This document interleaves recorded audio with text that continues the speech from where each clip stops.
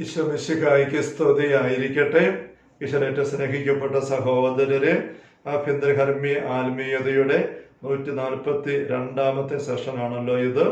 5-ാം സദനത്തെക്കുറിച്ചുള്ള 5-ാമത്തെ വിചിന്തനവും. Hallelujah hallelujah.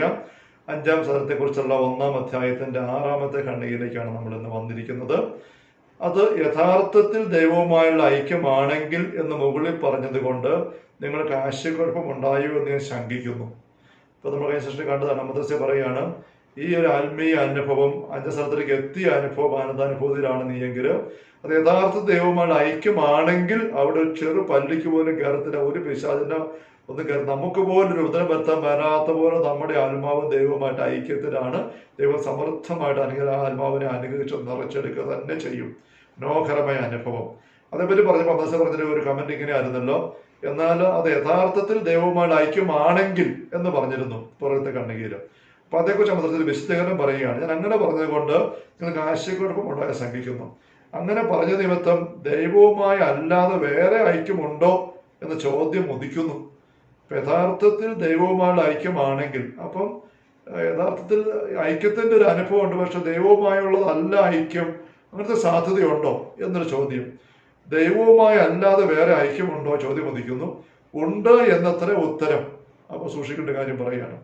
നശ്വരമായ ലോക വസ്തുക്കളിന്മേലായാലും അതീവ പക്ഷം വയ്ക്കുമ്പോൾ അവയെക്കുറിച്ചും ഒരുമാതിരി ആവേശം പിശാച് നമ്മൾ ഉളവാക്കും. പക്ഷെ ദൈവം നൽകുന്ന ആനന്ദ പരിവേശം പോലെ ആയിരിക്കുകയില്ലെന്ന് മാത്രം.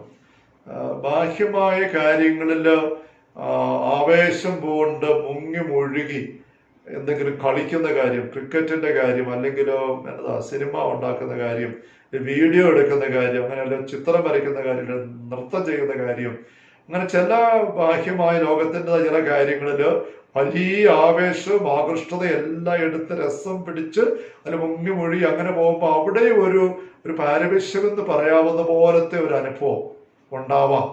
അതിൻ്റെ കൂടെ സാത്താൻ കുറച്ചൊരു നിദ്രാലസ്യവും സ്വപ്നം എന്നൊക്കെ പറയുന്ന പോലത്തെ ഒരു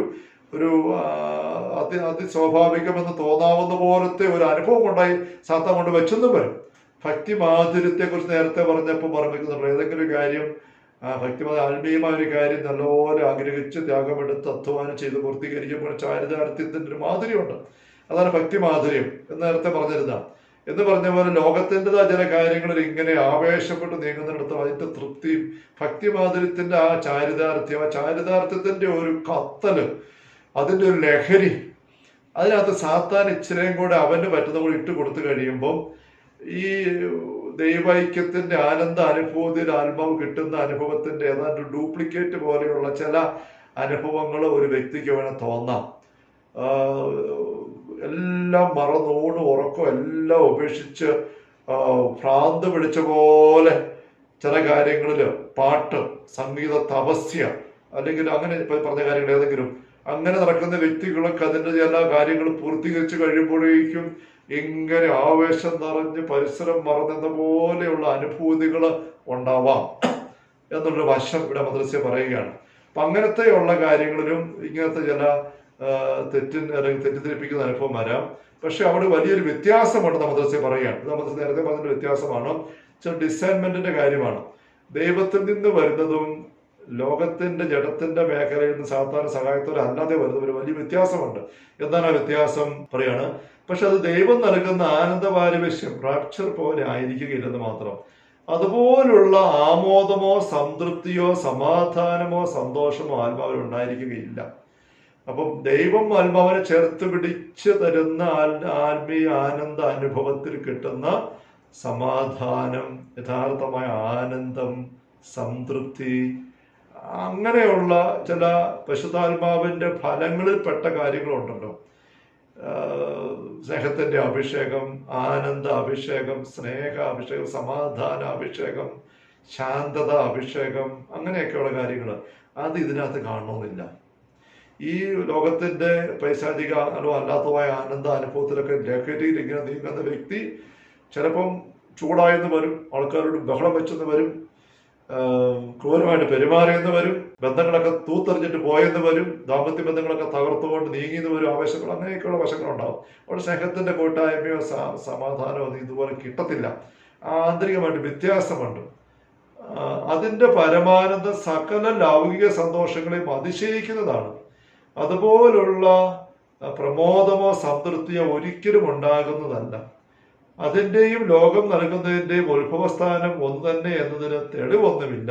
അവ രണ്ടിൻ്റെ അനുഭൂതി വളരെ വ്യത്യസ്തമായ വിധത്തിലാണെന്ന് നിങ്ങൾക്ക് തന്നെ അനുഭവത്തിലുണ്ടല്ലോ.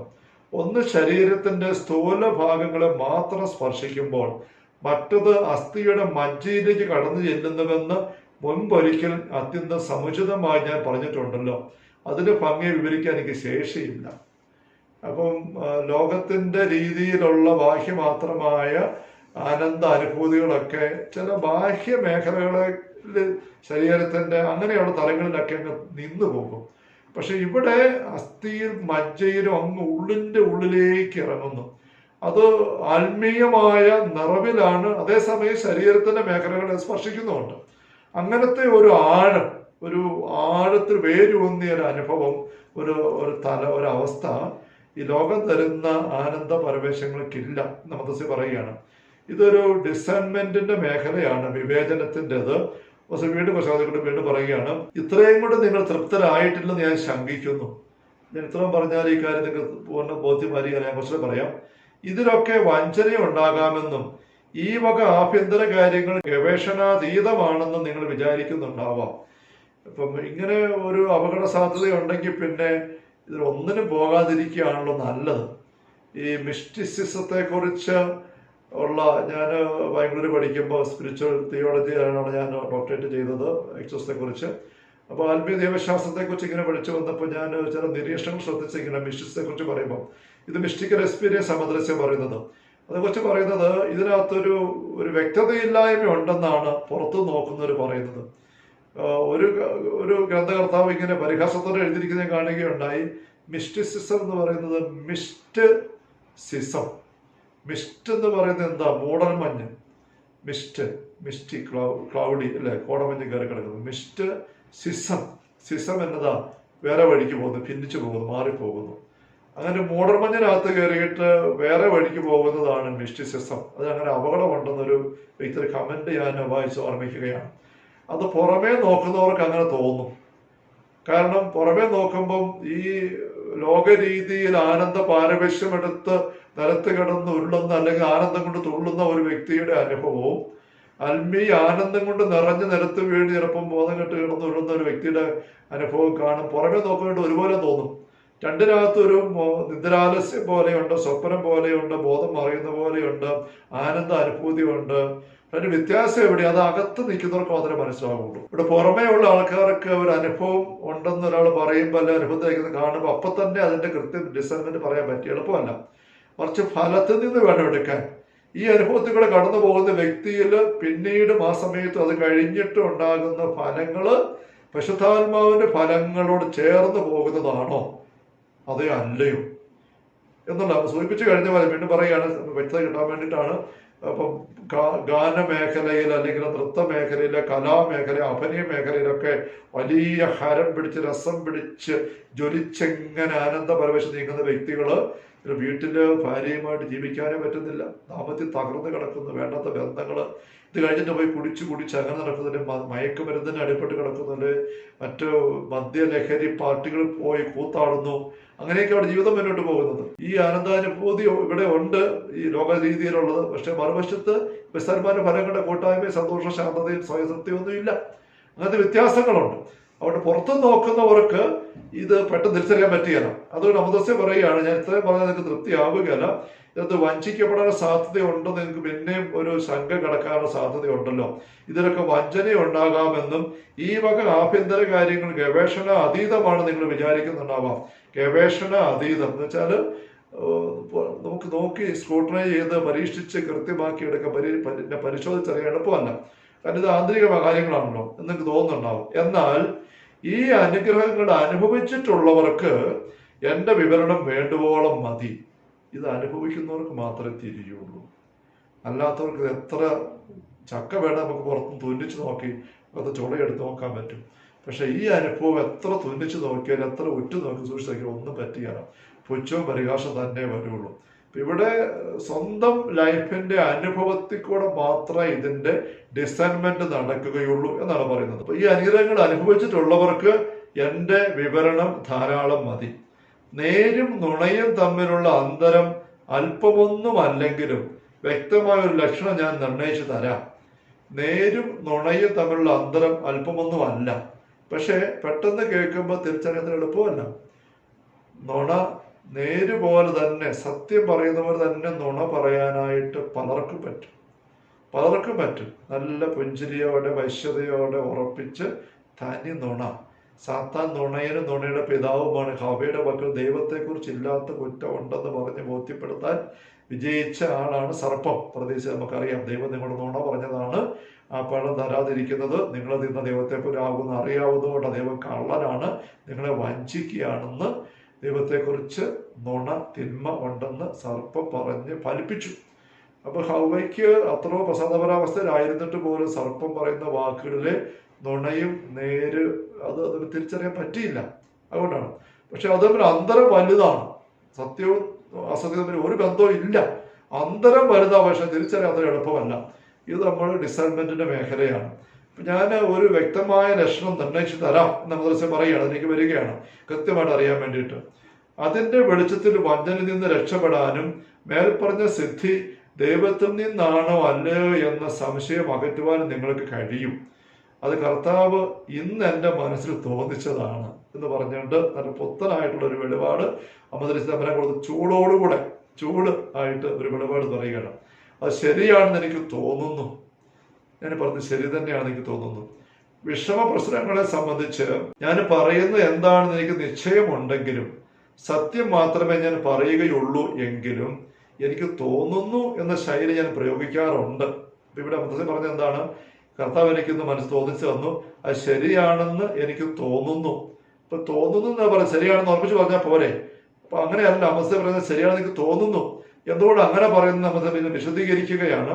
എനിക്ക് സംശയം ഉണ്ടായിട്ടില്ല തോന്നുന്നു പറയുന്നു. മറിച്ച് എന്താണ്, ഈ ശരീരം പ്രയോഗിക്കാറുണ്ട്. എനിക്ക് തെറ്റിപ്പോകുന്ന പക്ഷം കൂടുതൽ അറിവുള്ളവർ പറയുന്നത് സമ്മതിക്കാൻ ഞാൻ സന്നദ്ധയാണെന്ന് അതിൽ നിന്ന് വിശദമാണല്ലോ. അപ്പൊ സഭയാണ് ആത്യന്തിക കാര്യത്തെക്കുറിച്ച് ഫൈനൽ വാക്ക് പറയേണ്ടത്. അപ്പൊ സഭയുടെ പ്രബോധന അധികാരത്തിൽ ഞാൻ എപ്പോഴും കീഴ്പ്പെട്ടാണ് നിൽക്കുന്നത് എന്ന് ഉറപ്പിക്കാൻ വേണ്ടി, എന്ന് വ്യക്തമാക്കാൻ വേണ്ടിയിട്ടാണ് എത്ര ഉറപ്പുള്ള കാര്യം പറയുമ്പോഴും എനിക്ക് തോന്നുന്നു എന്ന് ഞാൻ പറയുന്നത്. ഇത് നമ്മൾ കണ്ടുപഠിക്കേണ്ട കാര്യമാണ്. നമ്മൾ എത്രയോ കാര്യങ്ങളെ കുറിച്ച് തറപ്പിച്ചു പറയും, അങ്ങനെയാണ്, നിങ്ങൾക്ക് തെറ്റിപ്പോയി, ഇതാണ് ശരി എന്ന് എത്ര തറപ്പിച്ചു പറയുന്നു. സമയം ഒത്തിരി അറിയാവുന്ന അമദ്രസ്യ തറപ്പിച്ച് പറയാൻ തയ്യാറാകുന്നില്ല. നമ്മളെല്ലാവരുടെയും കൊണ്ടുറപ്പിക്കേണ്ട കാര്യം തന്നെയാണ്. വലിയ പണ്ഡിതന്മാർക്ക് ഇവയുടെ അനുഭവം ഉണ്ടായിട്ടില്ലെങ്കിലും സാമാന്യമായൊരു ബോധം ഇല്ലാതിരിക്കുകയില്ല. ഒത്തിരി പാണ്ഡിത്യമുള്ള നല്ല ആത്മീയ അറിവുള്ള വ്യക്തികൾ, അങ്ങനെയുള്ളവർക്ക് ഈ പറഞ്ഞ ആനന്ദ അനുഭൂതിയിൽ അനുഭവം ഉണ്ടായിട്ടില്ലെങ്കിലും അതേക്കുറിച്ചൊരു സാമാന്യ ബോധം അവർക്കുണ്ടായിരിക്കും. ദൈവം തന്റെ സഭയെ പ്രകാശിപ്പിക്കുവാൻ അവരെ നിയോഗിച്ചിരിക്കുകയാൽ സത്യം അവർക്ക് വെളിപ്പെടുത്തുമ്പോൾ അത് സ്വീകരിക്കാൻ സഹായം കൂടി അവിടുന്ന് അവർക്ക് നൽകാതിരിക്കുകയില്ല. സത്യം ഇങ്ങനെ ആരെങ്കിലും വഴി ദൈവ ആനന്ദാനുഭവം വെളിപ്പെടുത്തുമ്പോൾ അതേപ്പറ്റി തീരുമാനം പറയേണ്ട സഭ അധ്യക്ഷന്മാർക്ക്, അധികാരിക്ക്, ദൈവശാസ്ത്രജ്ഞർക്ക് അത് മനസ്സിലാക്കാൻ അനുഭവമില്ലെങ്കിലും അത് ബോധ്യപ്പെടാനുള്ള വ്യക്തത കിട്ടും. അവർ ധൂർത്തന്മാരാകാതെ ദൈവ ശുശ്രൂഷകളായിരിക്കുന്നെങ്കിൽ അവിടുത്തെ മാഹാത്മ്യത്തെക്കുറിച്ച് അവർക്ക് ഒരിക്കലും അതിശയം തോന്നുകയില്ല. അവർ നല്ല ദൈവ ശുശ്രൂഷകളാണെങ്കിൽ അവർക്ക് ബോധ്യം കിട്ടും. മദ്രസ തന്നെ ആത്മീയപിതാക്കന്മാരെ പറ്റി പറയും ഒന്നുകിൽ നല്ല വിശുദ്ധിയുള്ള ഒരു വ്യക്തി ആയിരിക്കണം എൻ്റെ ആത്മീയ പിതാവ്, അതല്ല എങ്കിൽ നല്ല അറിവുള്ള വ്യക്തി ആയിരിക്കണം. കുറച്ച് അറിവും കുറച്ച് വിശുദ്ധിയുള്ള വ്യക്തി ഒത്തിരി അപകടം വരുത്തും മദ്രസ പറയുകയാണ്. ഒന്നുകിൽ നല്ല വിശുദ്ധിയുടെ നിറവിലായിരിക്കണം, അപ്പൊ അറിവ് കുറവാണെങ്കിലും കുഴപ്പമില്ല. അല്ലെങ്കിൽ നല്ല അറിവുള്ള വ്യക്തി ആയിരിക്കണം. അപ്പൊ അറിവുള്ള വ്യക്തി മറ്റുള്ളവരുടെ കാര്യങ്ങൾ സ്വന്തം ജീവിതത്തിൽ അനുഭവം ഇല്ലെങ്കിൽ പോലും അതേപ്പറ്റി അവബോധത്തോടെ സംസാരിക്കാൻ പറ്റും, തീരുമാനം പറയാൻ പറ്റുമെന്ന് മദ്രസ പറയുകയാണ്. അവർക്ക് നല്ലവണ്ണം അറിയാം, തങ്ങൾ കേൾക്കുകയും അതിനും വളരെ അധികവും തങ്ങൾ കേൾക്കുന്നവയും അതിനും വളരെ അധികവും നിവർത്തിക്കുവാൻ അവിടത്തേക്ക് വല്ലഭമുണ്ടെന്ന്. ഏതാനും സംഗതികൾ അത്ര സുഗ്രാഹ്യമല്ലായിരിക്കാമെങ്കിലും പുസ്തകങ്ങൾ നോക്കി പഠിക്കാവുന്നത് ധാരാളമുണ്ട്. അതിൽ നിന്ന് അവർക്ക് ഗ്രഹിക്കാം ഇതെല്ലാം സാധ്യമത്രേ എന്ന്. അവിടെ അങ്ങനെയുള്ള പ്രഗത്ഭരായ സഭാ അധികാരികളുടെ വാക്ക് എന്ത് ആയിട്ട് എൻ്റെ മകനിലേക്ക് വന്നാലും സ്വീകരിക്കാൻ ഞാൻ സന്നദ്ധയാണ് എന്നതിൻ്റെ അടയാളമായിട്ടാണ് എത്ര ഉറപ്പുള്ള കാര്യത്തെക്കുറിച്ച് ഞാൻ പറയുമ്പോഴും എനിക്ക് തോന്നുന്നു എന്ന് ഞാൻ പറയുന്നത്. എന്നാൽ മദ്രസ്യ അവിടെ ഒരു വിശദീകരണം തന്നെ ശൈലിയെക്കുറിച്ച് പറയുകയാണ്. എന്നിട്ടാണ് മദ്രസ്യ ഈ ഒരു അനുഭവം, ആന്തരിക അനുഭവം ദൈവത്തിൽ നിന്നാണോ അതോ ലോകത്തിന്റെ പിശാചിന്റെ ആണോ തിരിച്ചറിയാനുള്ള ഉറപ്പുള്ള ഒരു മാർഗം ഞാൻ നിർണ്ണയിച്ചു തരാമെന്ന് പറഞ്ഞുകൊണ്ട് അതിലേക്ക് വരും. നമുക്കത് അടുത്ത സെഷനിലേക്ക് വരാം. Hallelujah, hallelujah. കർത്താവ് യേശുമിശിഹായുടെ സമൃദ്ധമായ കൃപയും അനുഗ്രഹങ്ങളും പിതാവായ ദൈവത്തിന്റെ അവനനയുമായ സ്നേഹവും പരിശുദ്ധാത്മാവായ ദൈവത്തിന്റെ നിരന്തരമായ സാന്നിധ്യ സഹവാസവും സ്നേഹമുള്ള സഹോദരങ്ങളെ നാം ഓരോരുത്തരോടും കൂടെ എല്ലാ ആത്മീയപരസങ്ങളും കൂടെ ഉണ്ടായിരിക്കട്ടെ, ഇപ്പോഴും എപ്പോഴും എന്നേക്കും. ആമേൻ. യേശുമിശിഹായ്ക്ക് സ്തുതിയായിരിക്കട്ടെ.